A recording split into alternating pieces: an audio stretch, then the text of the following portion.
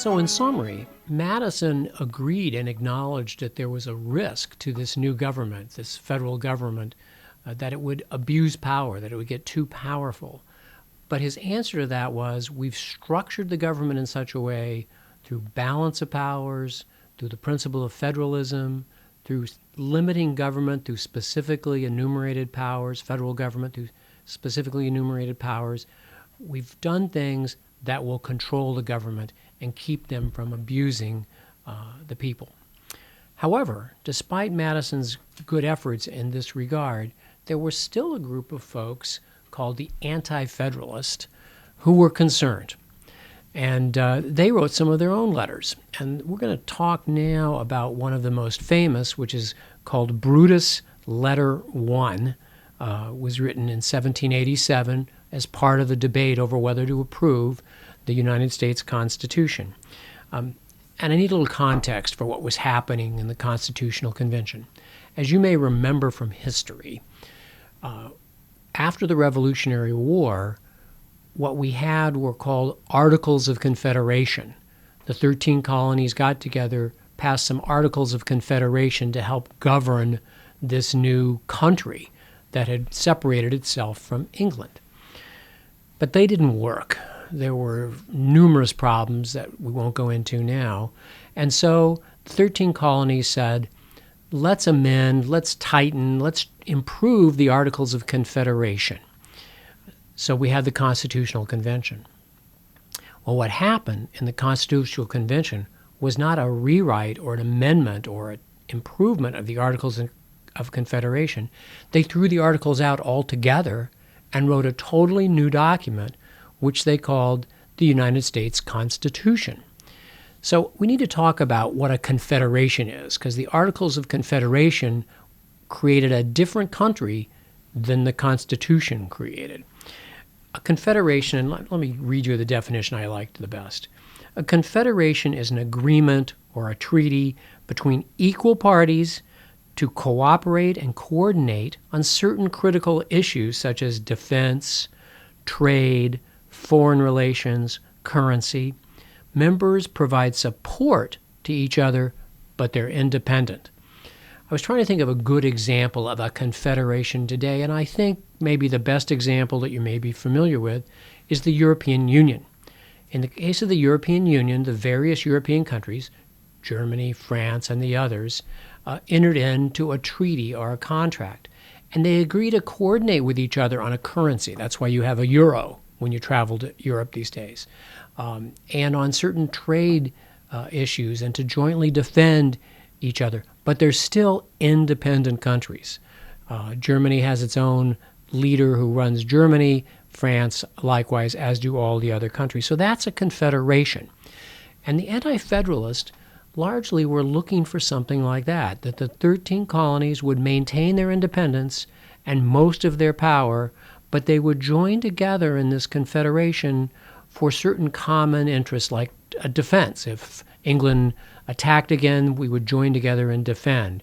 We'd need to maybe have a single currency for all 13 colonies. We need to agree on what kind of tariffs were going to be charged to each other among the 13 states. So we would support each other, we'd coordinate with each other, but we wouldn't give up our independence. That's what the Anti-Federalists were really looking for, and that's what the Articles of Confederation did. But the Constitution did a lot more than that. The Constitution actually created a central government that had potential to be very, very powerful. So the big idea that I want you to think about for Brutus Letter number 1, which I think Brutus was trying to address, was this. He's asked the question, will the Constitution and federalism, and the federalism it created, preserve liberty, or will it subvert liberty? He was very concerned about liberty and whether this central power would maintain our liberty or we would end our liberty. His point, and I'm going to read a quote here in just a second, was that, Founding Fathers, you're asking the people to give up power. And once a people give up power, they can only reclaim that power through force. Look at Venezuela right now. They gave up power to a dictator. They wanted to change governments. They had an election, and it didn't work. And they're having to wrestle with whether they can resort to force to get that power back. So the quote I want to walk through with you first from the Brutus papers is this one. And again, it should be on your study guide. It says this, and I apologize. The language, the way they wrote in the 1780s was pretty long sentences, complicated sentence structure. The vocabulary was not always the same. So let me read it to you, and then we'll kind of parse it and go through it. Here's what it says. When these are attended with great honor, and he's talking about power, governmental offices, political offices, elected offices. That's what these is talking about. When these are attended with great honor and emolument, which he means pay, as they always will be in large states, so as greatly to interest men to pursue them, and to be proper objects for ambitious and designing men, such men will ever be restless in their pursuit after them.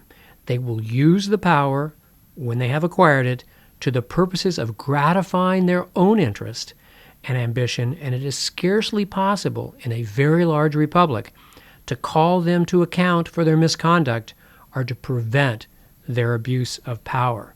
So he was quite alarmed by the fact that if you create these jobs where you're going to pay them good money, you're going to give them power, ambitious, designing men, people who are self-interested like all of us, will use that power to enrich themselves, to gain power, and you see that all over the world. I remember reading even in communist China with Mao, he had 12 mansions built for him in different parts of China that he would move among. So even in a communist country, he used his power for his own material gain, and you see that all over the world. So Brutus is very concerned that you're going to elect people who are going to be selfish, they're going to get in power, they're going to increase it, they're not going to let go, they're going to get rich. Now, we were very fortunate as a country that our first president was George Washington. I hope you really appreciate how unique a person he is in world history. First of all, he was the general of the army that won the revolution, and then he turned the army back over to the government. He didn't maintain control. That almost never happens. Any country where a revolutionary army overthrows the power that's in place at the time, usually that person holds on to the army. But he didn't. He went back to Mount Vernon. He then was elected president, and even though the Constitution at the time didn't require it, he left at the end of 2 terms. He gave up power again. And I think without somebody like Washington as our first president and as the general of the army, Brutus's concerns that the power invested in our political offices might have led to a lot more corruption and a lot more problems with power. I don't know if any of you have ever seen the musical Hamilton, which is the story of Alexander Hamilton. George Washington, of course, is a big part of that. Washington, when he decides he's not going to run for re-election, sings a song in Hamilton called One More Time. And it's really a song about it's time to step down. If this country's going to survive and thrive, you have to get new leaders.